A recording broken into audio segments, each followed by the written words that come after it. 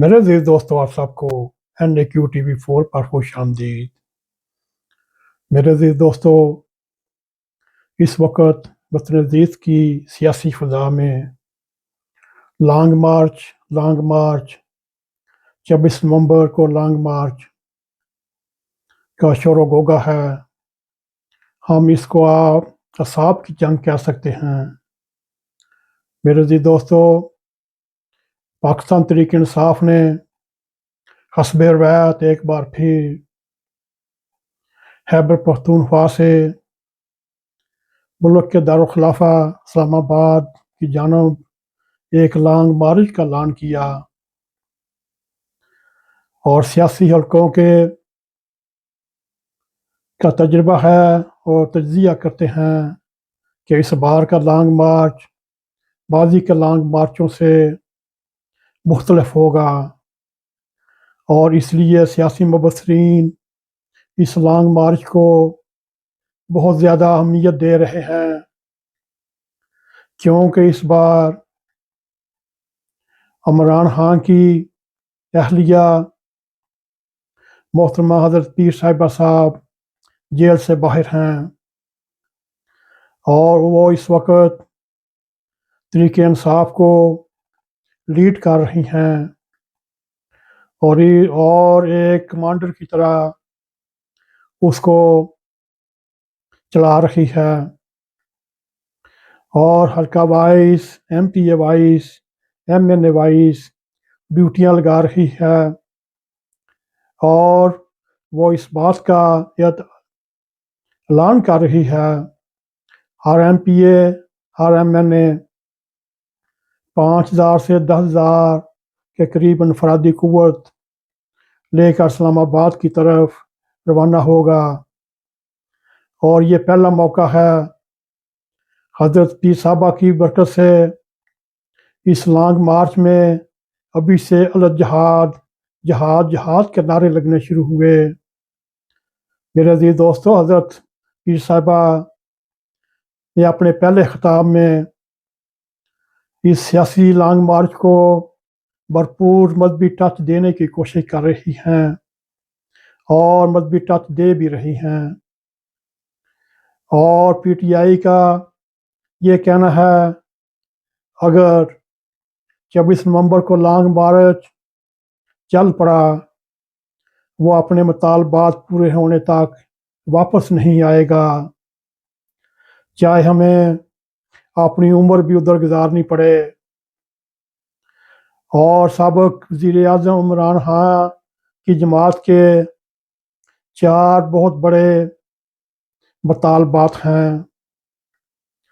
مطالبہ نمبر 1، 26ویں آئینی ترمیم کو واپس لیا جائے، جمہوریت اور آئین کی بحال کیا جائے، چوری شدہ مینڈیٹ واپس کیا جائے، تمام معصوم سیاسی قیدیوں کو رہا کیا جائے۔ یاد رہے، یہ وہ معصوم سیاسی قیدی ہیں جنہوں نے 9 مئی 2023 کو لاہور کور کمانڈر کی رہائش گاہ کو آگ لگائی اور لوٹ مار کیا، میاں والی ایئر بیس پر مسلح حملے کیے، کوئٹہ پر حملے کیے، اور بالا حصار پر مسلح حملے کیے، اور یہاں تک کہ GHQ پر حملے کیے گئے اور اس کے اندر داخل ہونے کی کوشش کی گئی۔ میرے عزیز دوستو، یاد رہے، یہ وہ معصوم سیاسی قیدی ہیں جن کی رہائی کا یہ مطالبہ 1.5 سال سے کر رہے ہیں۔ میرے عزیز دوستو، اگر ایک طرف تحریک انصاف لانگ مارچ کی تیاری کر رہی ہے، اور وہ اپنے پیروکاروں کو یہ کہہ رہی ہے اپنے سونے، اپنے کھانے اور ڈنڈے وغیرہ کا انتظام کر کے جانا چاہیے، اور دوسری طرف حکومت بھی اس لانگ مارچ کو ناکام بنانے کے لیے اپنی حکمت عملی تیار کر رہی ہے، اور حکومت نے یہ فیصلہ کیا ہے اسلام آباد کے داخلی خارجی راستوں پر ابھی سے کنٹینر لا کر راستے بلاک کر رہی ہے، اور یوں اسلام آباد کے حدود میں 2 ماہ کے لیے 144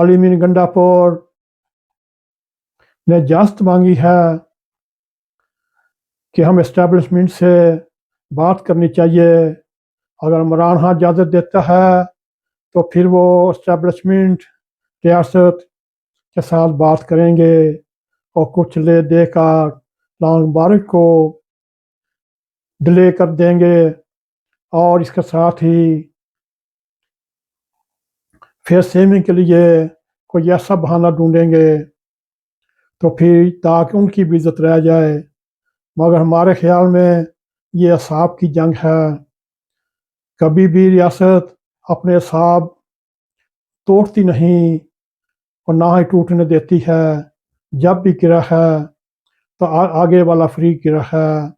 آپ کے سامنے بے شمار مثالیں ہیں. ذوالفقار علی بھٹو کی مثال آپ کے سامنے ہے. آخرکار بھٹو کے ساتھ توڑے، اس کو پھانسی دی. پھر آپ کے سامنے ایک مثال اور ہے، وہ بنگلہ دیش بننے کی. ادھر بھی اسٹیبلشمنٹ نے ہار نہ مانی مگر ملک توڑوا لیا. میرے عزیز دوستو، اب یہ اعصاب کی جنگ ہے. اب یہ 24 نومبر کو پتہ چلے گا یا اس سے ایک دن پہلے پتہ چلے گا. اس اعصاب کی جنگ میں ریاست جیتتی ہے، اسٹیبلشمنٹ جیتتی ہے یا تحریک انصاف جیتتی ہے. یہ فیصلہ 24 نومبر کو ہوگا.